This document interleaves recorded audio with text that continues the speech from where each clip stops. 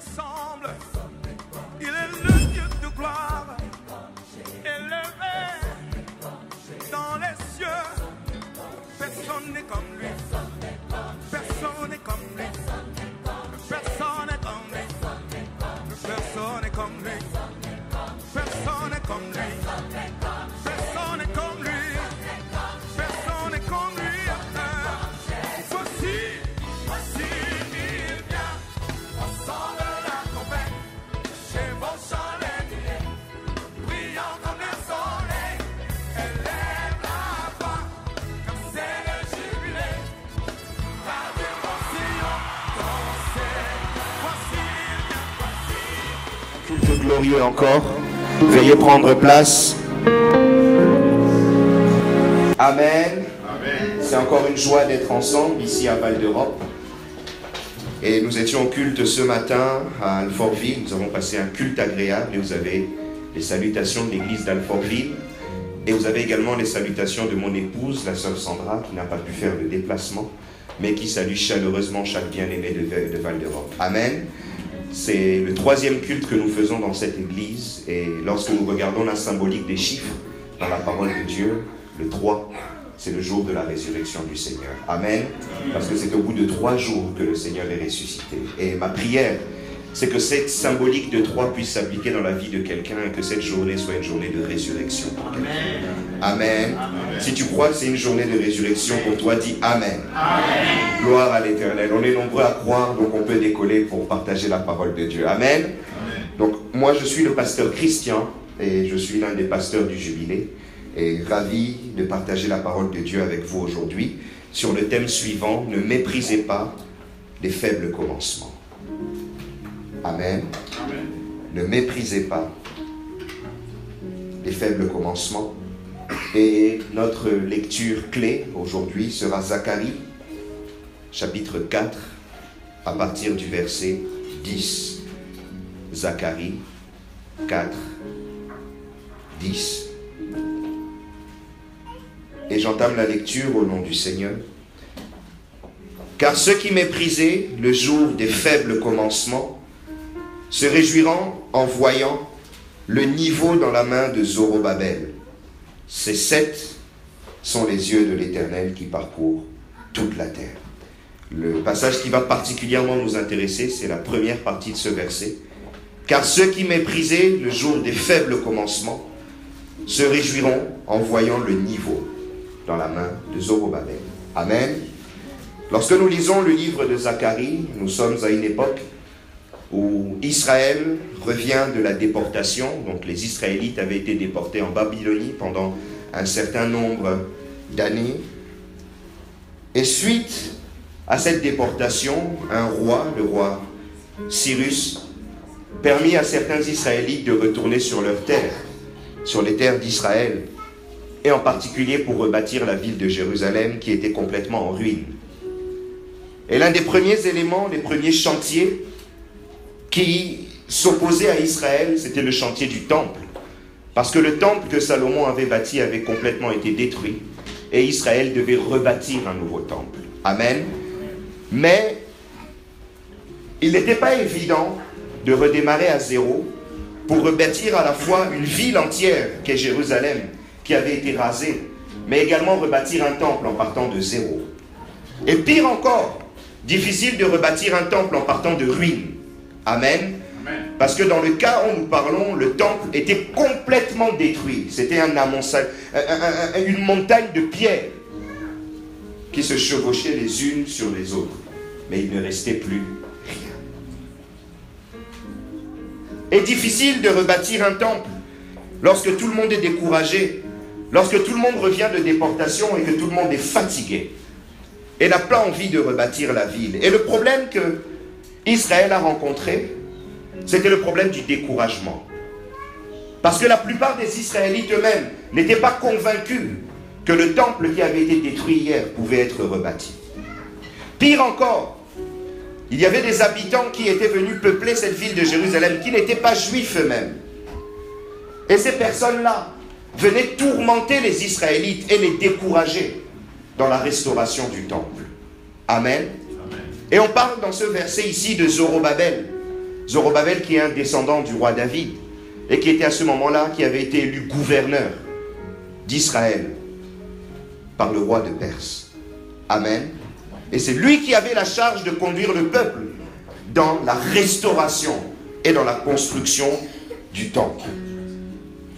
Mais le prophète Zacharie ici nous parle d'un problème qui s'était passé au jour des faibles commencements. Le jour des faibles commencements, c'est lorsqu'ils sont rentrés en Israël et qu'ils ont vu les ruines du temple.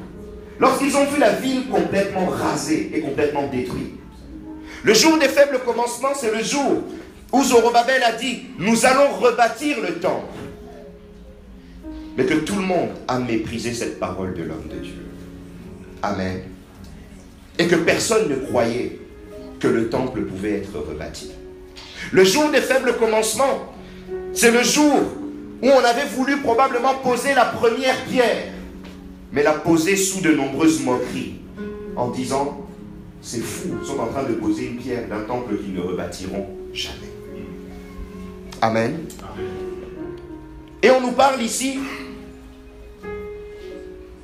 de personnes qui méprisaient le jour des faibles commencements, mais qui se réjouiront en voyant le niveau dans la main de Zorobabel. Le niveau, c'est un instrument du bâtiment, un instrument qui permet de niveler, de mettre les choses droites. Amen. Et les gens qui se moquaient de Zorobabel lorsqu'il posait la première pierre, ce sont les mêmes qui viennent se réjouir lorsqu'ils voient que le travail a commencé et que le temple commence à être restauré. Et combien de fois dans nos vies, les gens ne négligent pas les faibles commencements en nous. Et combien nous-mêmes, nous ne négligeons pas aussi les faibles commencements, les faibles débuts, les petits pas ou le premier pas d'une œuvre. Amen. Amen. La première des choses qu'il est important à dire concernant les faibles commencements, c'est que toute œuvre a un faible commencement. Et toute vie a un faible commencement. Vous savez, lorsqu'un bébé est fécondé dans le ventre de sa mère, les débuts d'un embryon, c'est quelque chose de minuscule. Amen. Mais lorsqu'on regarde à l'échographie, je me souviens encore la première fois que j'ai vu l'échographie, ma fille est née. Je voyais simplement une espèce de boule avec un élément qui faisait des petits battements. Et on me dit, ça c'est le cœur. Je me dis, mais oh, c'est pas possible. Amen. Et on me dit, on l'a amplifié à l'échographie. Normalement, vous ne pouvez, limite, c'est minuscule. Mais moi, je le voyais en grand écran sur l'échographie. Mais qui croirait que cette petite boule en train de battre dans le ventre de ma femme allait donner une jeune fille de 3 ans qui aujourd'hui parle. Amen. Et m'interpelle aussi, papa. Elle m'a grondé même dernièrement, on devait traverser. Le feu était rouge et comme d'habitude, j'ai traversé en courant. Elle a crié, papa! Quand c'est rouge, on ne traverse pas. Amen. Et là, vous êtes adulte, vous avez honte. Vous dites, c'est moi qui lui ai appris ça. Mais elle me reprend sur ce que je lui ai appris. Amen. Mais tout a commencé par une petite œuvre, minuscule, avec un petit battement de cœur, si faible qu'il faut l'amplifier. Amen. Qui croirait, en vous regardant, vous aujourd'hui adulte, que l'enfant que vous étiez ou le petit bébé qui buvait du lait pouvait devenir un adulte, soit un monsieur barbu, ou sinon une grande dame qui elle-même a fait des enfants. Qui pouvait croire? Mais tout ceci, ce sont nos faibles commencements. Amen. Moi qui vous prêche, j'ai aussi eu un faible commencement. Je peux vous ramener ma mère qui vous racontera l'histoire de mes faibles commencements, de mes premiers pleurs, de mes premiers cris, mais qui pensait qu'un enfant qui pleure pouvait un jour prêcher la parole de Dieu. Lorsqu'on parle des faibles commencements, même dans la Bible, les héros de la parole de Dieu ont eu des faibles commencements. On nous parle d'Abraham et Sarah, Abraham le père de la foi. Le Seigneur lui dit, tu auras une multitude de descendants, aussi nombreuses que le sable sur la terre et les étoiles dans les cieux. Mais lorsque cet Abraham, jeune qu'il était, a commencé à aborder la petite Sarah. Amen. On ne sait pas quel âge ils avaient. Peut-être qu'ils avaient 17 ans, 18 ans, 20 ans. Abraham commence à prendre la main de la petite Sarah. Et il lui dit la première fois, Sarah, je t'aime. Amen. Et un jour, il lui dit, Sarah, veux-tu m'épouser? mais qui pensait qu'une petite amourette allait donner une descendance nombreuse comme le sable sur la terre et nombreuse comme les étoiles dans les cieux. Amen. Peut-être même que certains ont crié en disant « Abraham, c'est des aventures, c'est n'importe quoi, vous êtes copains, mais séparez-vous » Mais personne ne savait ce que cette petite relation allait donner. Vous qui êtes mariés, est-ce que vous saviez que la petite relation que vous voyez comme une aventure, peut-être parfois sans lendemain, mais a donné toute une famille et toute une descendance?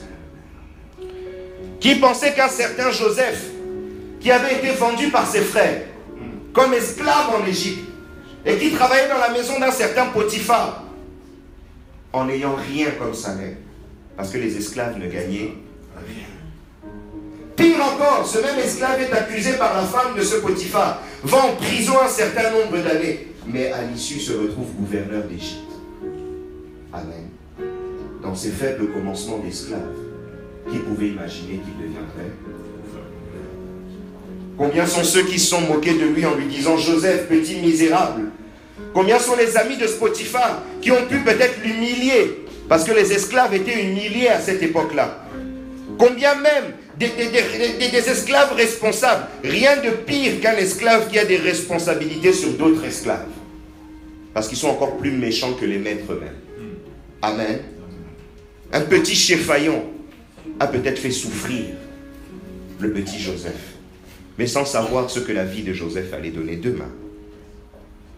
Qui pensait que le petit David, oint par le prophète Samuel, deviendrait le plus grand roi d'Israël? Un enfant qu'on appelle roi et sur qui on met l'huile d'onction.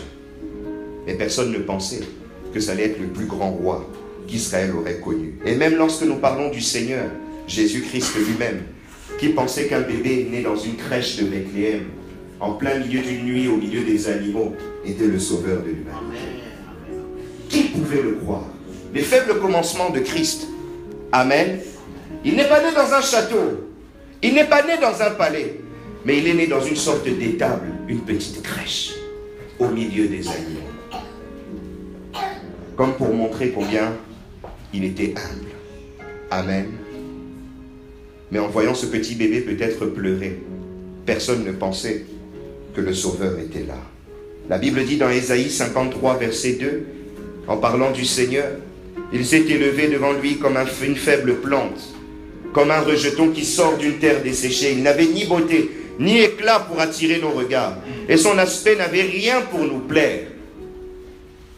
Un petit bébé de rien du tout, mais qui allait terrasser le diable.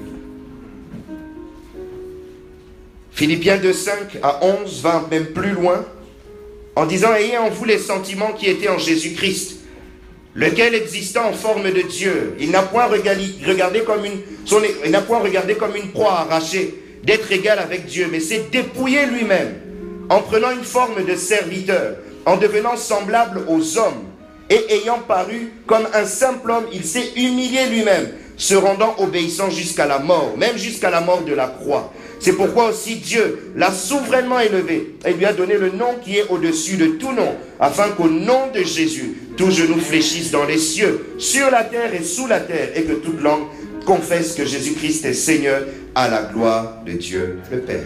Amen. Amen. Amen. Qui pensait que Jésus-Christ humilié pouvait avoir le nom au-dessus de tous les noms? Pire, on l'a même méprisé à certains endroits, comme la ville de Capernaum, qui voyait en lui que le fils de Joseph le menuisier, sans voir ce qu'il était réellement au fond. Amen. Combien ne négligeons-nous pas les faibles commencements? Quelque chose qui est tout petit au début, ça paraît minuscule, un projet, une idée, un emploi, ou même une vie paraît faible. Mais d'un coup, on la prend comme quelque chose de méprisable et qui n'a pas d'utilité. La plupart d'entre nous, combien de fois n'avons-nous pas été méprisés parfois dans nos vies? Tu lances un projet qui commence d'une manière minuscule, et tout le monde se moque de toi, en disant, qu'est-ce que tu fais? Ça n'aboutira pas. Souvent, les faibles commencements attirent la moquerie. Je me souviens d'un de mes anciens patrons qui travaille dans l'import-export. Et lorsqu'il lorsqu'il a commencé, il a eu des très faibles commencements.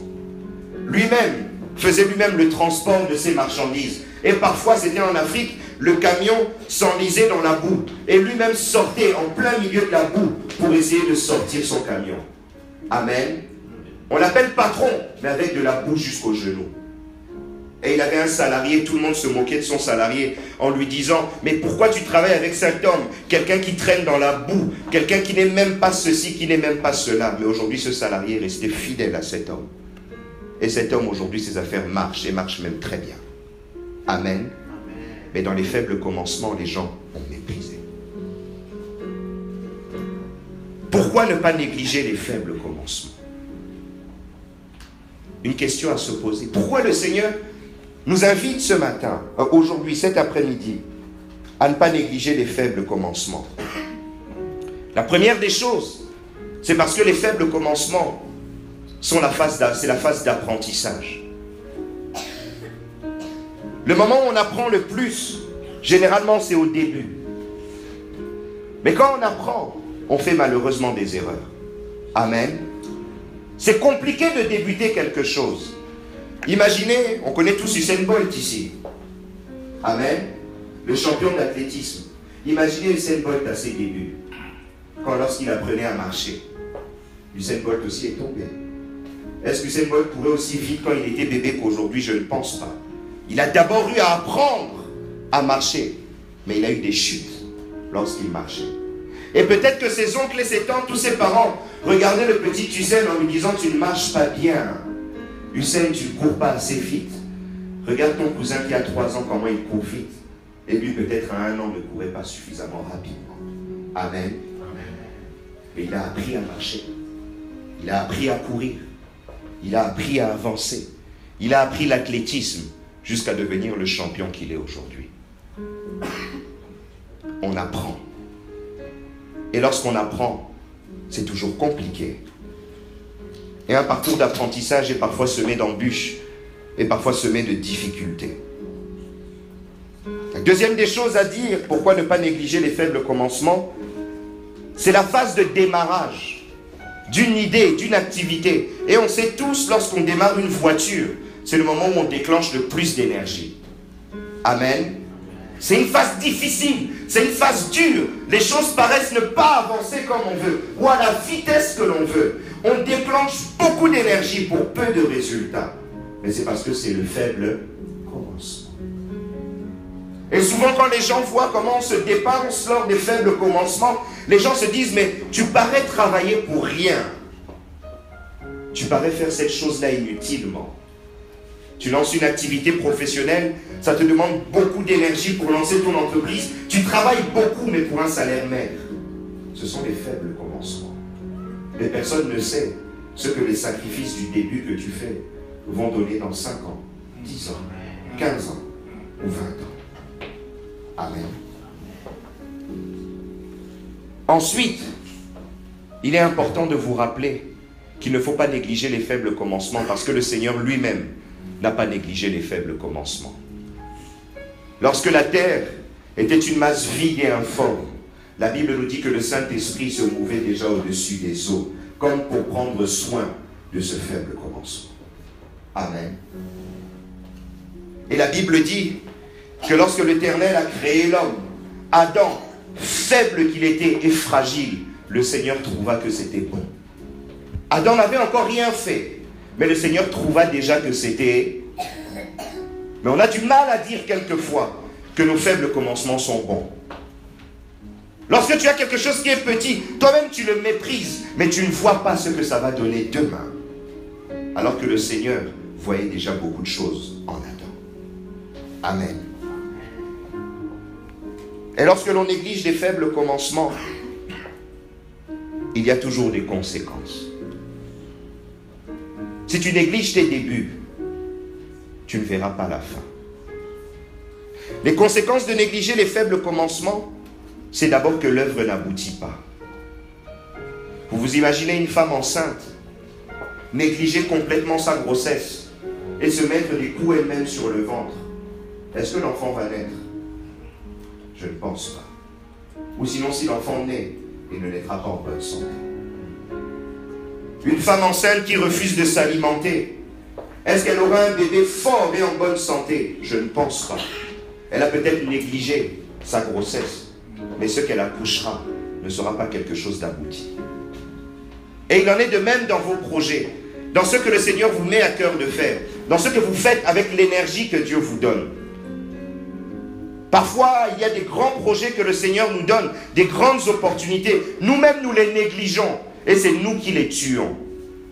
Des projets mort-nés, mais à cause de nous-mêmes. Lorsque l'on néglige les faibles commencements, l'œuvre qui devait être quelque chose d'extraordinairement grand devient finalement petit. Lorsque toi-même tu négliges tes faibles commencements, tu construis un bâtiment, tu as posé la fondation, mais tu trouves le bâtiment tellement insignifiant, tu ne pourras pas faire la plus belle maison de la ville, parce que toi-même tu l'as méprisé dès les fondations. Le Seigneur nous appelle également à la vigilance, à ne pas négliger les faibles commencements. Parce que lorsque nous négligeons les faibles commencements, nous ne mangeons pas les fruits de l'œuvre que nous avons démarrée. Je vous donnerai un exemple. Dans le monde des affaires, nous connaissons tous l'entreprise Apple. Amen. Qui a un iPhone ici? Un iPhone? Ok. L'entreprise Apple a été créée par 3 personnes. Steve Jobs, Steve Wozniak et une troisième personne qu'on connaît beaucoup moins. Ronald Wayne. Quelqu'un a déjà entendu parler de ce monsieur? Oui? Non? Non? C'est l'un des 3 fondateurs d'Apple. Et ce monsieur Ronald Wayne a négligé les faibles commencements d'Apple. Parmi les 3 que je vous ai cités, lui était plus âgé que les autres. Et lorsqu'avec ses 3 camarades informaticiens, ils ont lancé l'entreprise Apple, si je pense bien dans les années 70, lui était plus âgé que les autres, était déjà un père de famille. Mais lorsque les autres ont investi, ils ont tous investi, lui a investi à hauteur de 10% dans l'entreprise.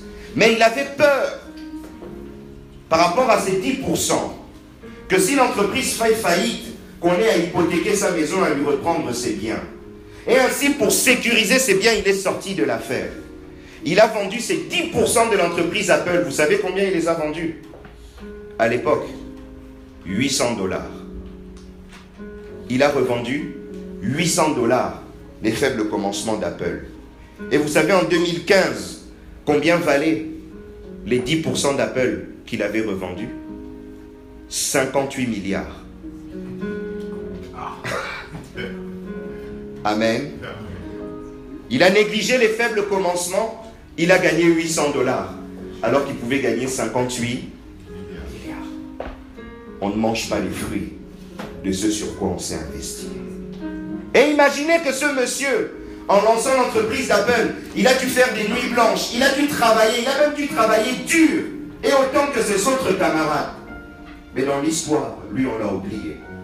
Ou sinon, lorsqu'on parle en lui, c'est pour dire un exemple de quelqu'un qui n'a pas réussi. Difficile. Et pire encore, ce même monsieur avait gardé un exemplaire du premier contrat qu'il avait signé avec Steve Jobs pour Apple. Et je crois qu'il l'a revendu il n'y a pas si longtemps que ça, $1,500 ou $2,000. Et ce même contrat s'est revendu une deuxième fois à des millions de dollars. Donc lui, jusqu'au bout, il a négligé les faibles commencements. Amen. Et aujourd'hui, il est philatéliste. Vous savez, philatéliste, c'est des gens qui sont collectionneurs de timbres. Mais pourquoi? Ce n'est pas une histoire de moquerie vers ce monsieur qui doit être un très bon monsieur. Mais c'est une histoire que ce monsieur a négligé les faibles commencements. Amen. Et lorsque nous négligeons les faibles commencements, nous sommes également disqualifiés. Nous pouvons nous-mêmes nous disqualifier d'une œuvre à laquelle nous aurions pu participer, mais parce que nous avons négligé les faibles débuts. La Bible de 2 Rois 7, versets 17 à 20, nous conte une histoire qui s'est passée en Samarie. Voici, la famine fait rage en Samarie. Il n'y a plus rien à manger dans la ville. Et les habitants de la Samarie sollicitent le prophète Élisée pour venir donner un message et prophétiser, pour savoir si l'Éternel allait redonner à manger au peuple ou pas. Lorsque Élisée a prophétisé, il a annoncé que le Seigneur allait renvoyer à manger. Et l'un des serviteurs du roi a méprisé cette parole et s'est mis à dire, même si le Seigneur ouvrait les écluses des cieux, il n'y aura pas à manger dans cette ville. Et Élisée lui a répondu, la nourriture viendra, mais toi tu n'en mangeras pas.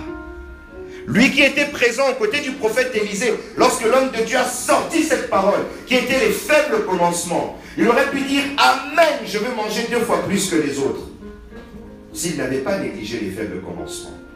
Et peut-être que sa famille aurait mangé même sur une génération complète. Mais lui, il a négligé et il n'a rien mangé. Et on va lire même la parole de Dieu, la Bible dit, le roi avait remis la garde de la porte à l'officier sur la main duquel il s'appuyait. Mais cet officier fut écrasé à la porte par le peuple et il mourut, selon la parole qu'avait prononcée l'homme de Dieu, quand le roi était descendu vers lui. L'homme de Dieu avait dit alors au roi, on aura 2 mesures d'orge pour 1 cycle et 1 mesure de fleurs de farine pour 1 cycle, demain à 7 heures, à la porte de Samarie. Et l'officier avait répondu à l'homme de Dieu, quand l'Éternel ferait des fenêtres au ciel, pareille chose arriverait-elle? Et Élisée avait dit, tu le verras de tes yeux, mais tu n'en mangeras point. C'est en effet ce qui lui arriva. Il fut écrasé à la porte par le peuple et il mourut. Amen. Un faible commencement qui a été annoncé, lui l'a méprisé. Et qu'est-ce qui s'est passé? Il est mort sans rien manger, sans même pas en bénéficier, sans même pas voir les gens qui avaient faim depuis des mois, des semaines, se réjouir de manger quelque chose. Il n'a rien vu. Dès les premières secondes où l'Éternel a commencé à ouvrir la porte de nourriture pour bénir le peuple de Dieu, lui est mort le jour même, la minute même, et il a bénéficié de rien. Combien d'entre nous ne se sont pas disqualifiés lorsqu'ils ont négligé les faibles commencements d'une œuvre ou d'une idée? Ne négligez pas les faibles commencements. S'il vous plaît, ne les négligez pas. J'irai vers une conclusion qui ira sur 3 directions, et après quoi nous prendrons un temps de prière. La première des choses, je veux dire à quelqu'un, ne te néglige pas toi-même, parce que tu n'es qu'un faible commencement. Amen. Dis à quelqu'un, tu es encore au faible commencement. Dis-lui à tes côtés.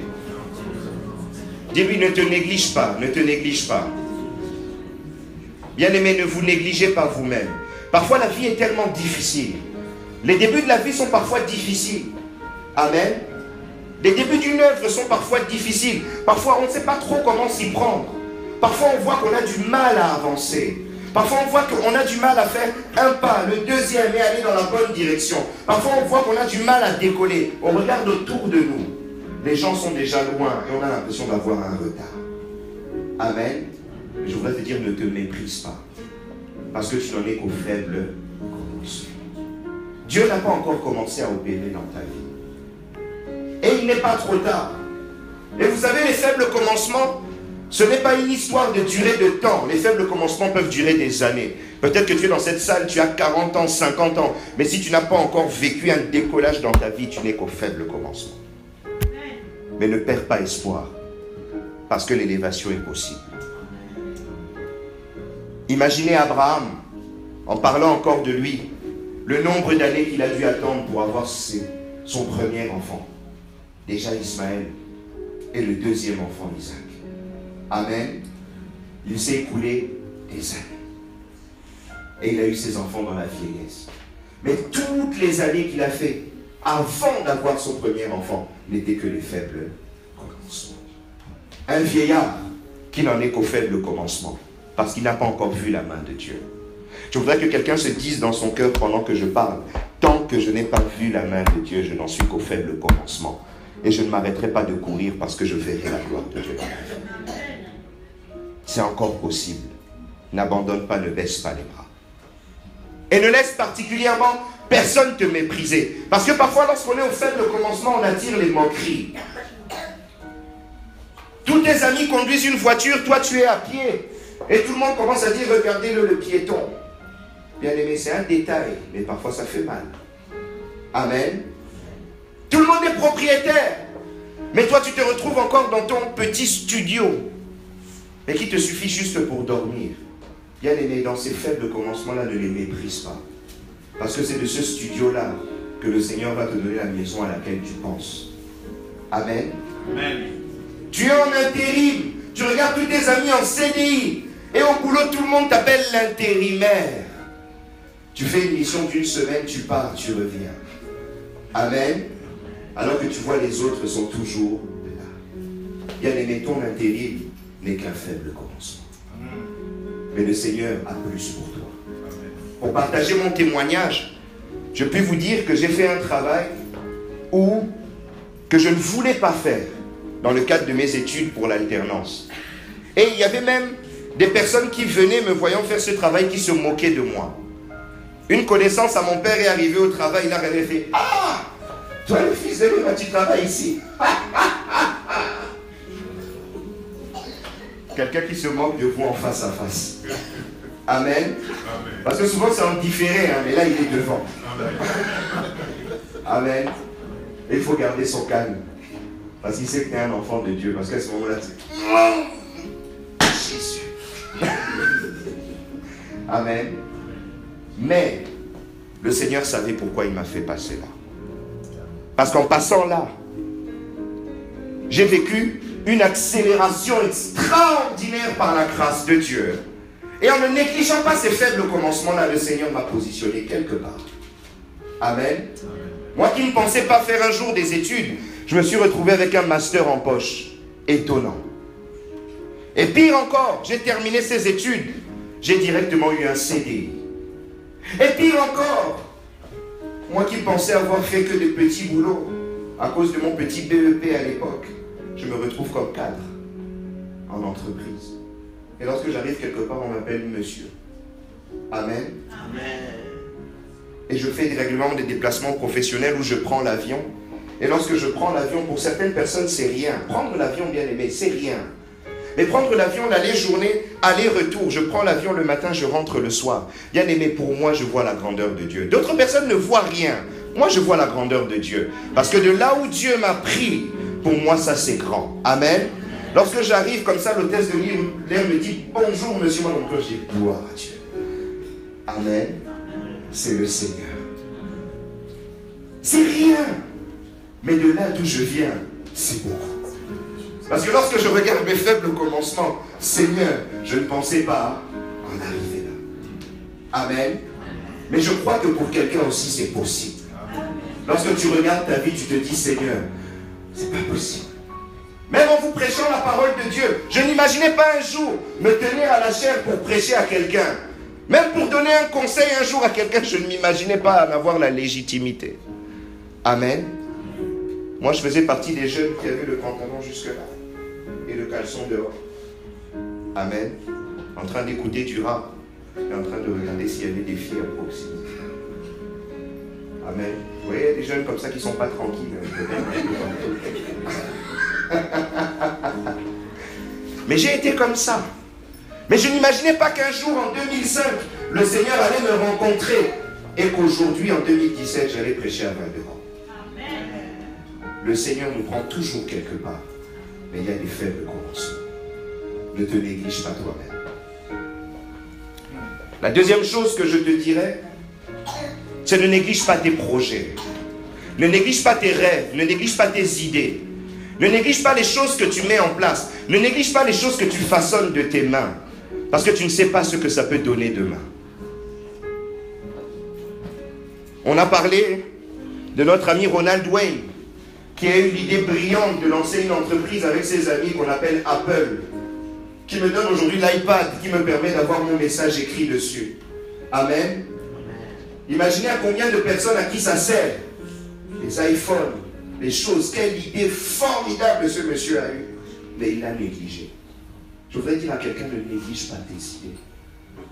Il y a des rêves que tu vois. Peut-être qu'il y a quelqu'un qui te dira, cette affaire-là, tu n'y arriveras jamais. L'entrepreneuriat, c'est compliqué. Telle chose, c'est administratif. Ou tel boulot, ou telle voie. Bien-aimé, ne laisse personne négliger tes rêves. Amen. Quand je disais à quelqu'un qu'un jour, j'allais avoir un travail, je suis rentré dans l'entreprise dans laquelle je travaille, et l'année dans laquelle je rentre, il y a un plan de licenciement. 500 personnes partent. Mais je regarde la fille qui m'intégrait pour le travail, je lui dis, moi j'aurai un CDI ici. Amen. Et elle me dit, toi un CDI ici, on vient de licencier 500 personnes, toi tu me parles de CDI. Elle s'est un peu moquée de mon idée et de mon rêve.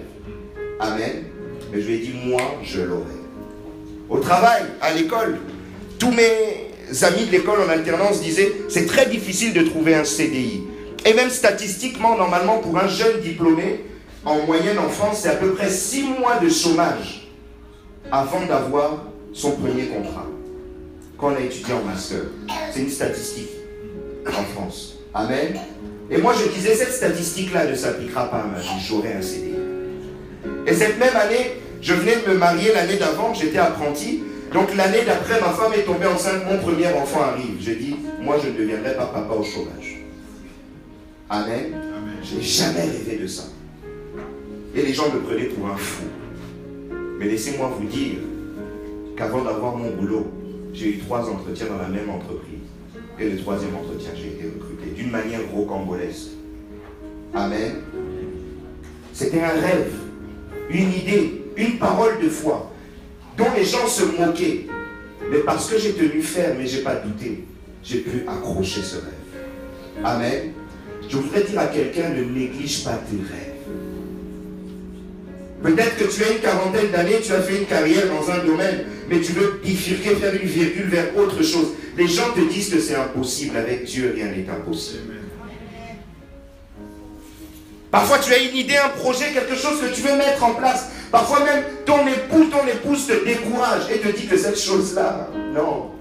Les autres l'ont fait, mais ça n'a pas marché. Mais bien aimé, tu n'es pas les autres. Dis avec moi, je ne suis pas les autres. Je ne suis pas les autres. Tu es un enfant de Dieu et avec le Seigneur, tout est possible dès lors que tu crois. Amen. Tout est possible à celui qui croit. C'est la parole de Dieu qui le dit, ce n'est pas moi qui l'ai inventé. Ne néglige pas tes projets, ne néglige pas tes rêves. Et je terminerai en te disant, toi qui viens prier à Jubilé Val d'Europe, ne néglige pas cette église. Amen. Ne néglige pas cette petite salle dans laquelle nous sommes aujourd'hui. Ne néglige pas peut-être ce petit nombre où nous sommes aujourd'hui. Je me souviens encore lorsque je suis arrivé en 2005 au Jubilé. Nous étions à l'époque à Créteil et c'était une salle à peu près comme ça, juste un peu plus grande que celle-là. On devait être à peu près à l'époque moins de 100, peut-être une soixantaine, une cinquantaine. Mais j'ai regardé cette église, je me suis dit, je resterai ici. Aujourd'hui, bien aimé, le Jubilé, c'est à peu près 200 à 300 personnes. Et au-delà d'être 200 à 300 personnes, c'est même une église qui a donné naissance à une autre église. Amen. Et moi, en 2005, lorsque j'étais assis au banc et que j'écoutais la prédication, je ne m'imaginais pas qu'on pouvait en arriver là. Amen. Je voudrais te dire, toi qui t'attaches à cette église, bats-toi pour elle. Ne laisse personne se moquer de la petite église en te disant qu'il y a une grande assemblée. Ceci, cela. Parce que ce qui est petit finit toujours par grandir.